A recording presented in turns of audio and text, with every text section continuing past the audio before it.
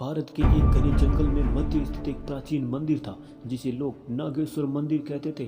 कहा जाता है कि यह मंदिर हजारों वर्षों से नागों के देवता वासुकी का निवास स्थान है। यहाँ की सबसे बड़ी विशेषता थी कि यहाँ चमचमाती नागमणि जो मंदिर के गर्भगृह में स्थापित थी। यह नागमणि अद्भुत शक्तियों से युक्त थी और इसे देखने पर से इंसान को अमरत्व की झलक मिलती थी, लेकिन इसे छूने की हिम्मत किसी ने नहीं की क्योंकि यह मणि नाग देवता के श्राप से ग्रस्त थी। कि सदियों पहले एक लालची राजा ने नागमणि चुराने की कोशिश की थी। जैसे ही उसने मणि को छुआ वह पत्थर का हो गया। उसकी चीखें जंगल में गूंजती रही और तब तक नागमणि को छूने की किसी ने हिम्मत तक नहीं की। मंदिर के पुजारी ने गांव वालों को बताया कि नागमणि को छूने वाला कोई इंसान अपने सारे प्रियजनों को खो देगा और उसकी आत्मा अनंत काल तक जंगल में भटकती ही रहेगी। कई वर्षों बाद एक युवा इतिहासकार आर्यन को इस मंदिर के नागमणि के बारे में पता चला।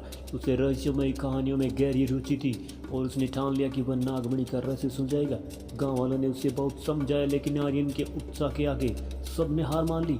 आर्यन ने अपने शोध के दौरान पाया कि नागमणि को केवल एक विशेष मंत्र के माध्यम से छुआ जा सकता है जिसे नाग देवता के प्रति पूर्ण भक्ति का साथ पढ़ा जाना चाहिए।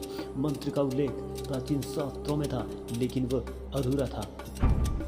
अंधेरी रात आर्यन मसाल लेकर मंदिर पहुंचा। गर्भगृह के पास पहुंचते ही उसने एक अजीब आवाज़ें सुनाई देने लगी। ऐसा लगा जैसे दीवारें फुसफुसा रही हो। वहां लगे शिलालेख पर उसने मंत्र को पूरा करने का संकेत पाया। जो सच्चा भक्त है वही मणि का स्पर्श कर सकता है। झूठ और लोभ के पास इसकी कोई जगह नहीं। आर्यन ने अपनी नियत को परखा। क्या वह वाकई नागमणि को लेकर इतिहास में अमर होना चाहता था या सिर्फ अपने लालच के लिए ये कर रहा था? उसने साहस जुटाया और मंत्र पढ़ते हुए नागमणि को छुआ। क्षण भर में मंदिर की दीवारें चमक उठी और एक गगनभेदी आवाज गूंज उठी। तूने मणि को छुआ है, अब देख तेरा क्या होता है। आर्यन अपने चारों ओर नागों की परछाई दिखाने लगी। वह डर के मारे मंदिर से भागा लेकिन वह जंगल के रास्ते अचानक गायब हो गया। यह एक बुलबुले में फंस गया। जंगल में भटकते हुए आर्यन को एक साधु मिला। साधु ने बताया, तूने नागमणि को बिना श्राप से छुआ है। तेरा उद्देश्य शुद्ध नहीं था। नाग देवता का श्राप तुझ पर है। केवल सच्चे हृदय और सेवा से तू श्राप से मुक्त हो सकता है।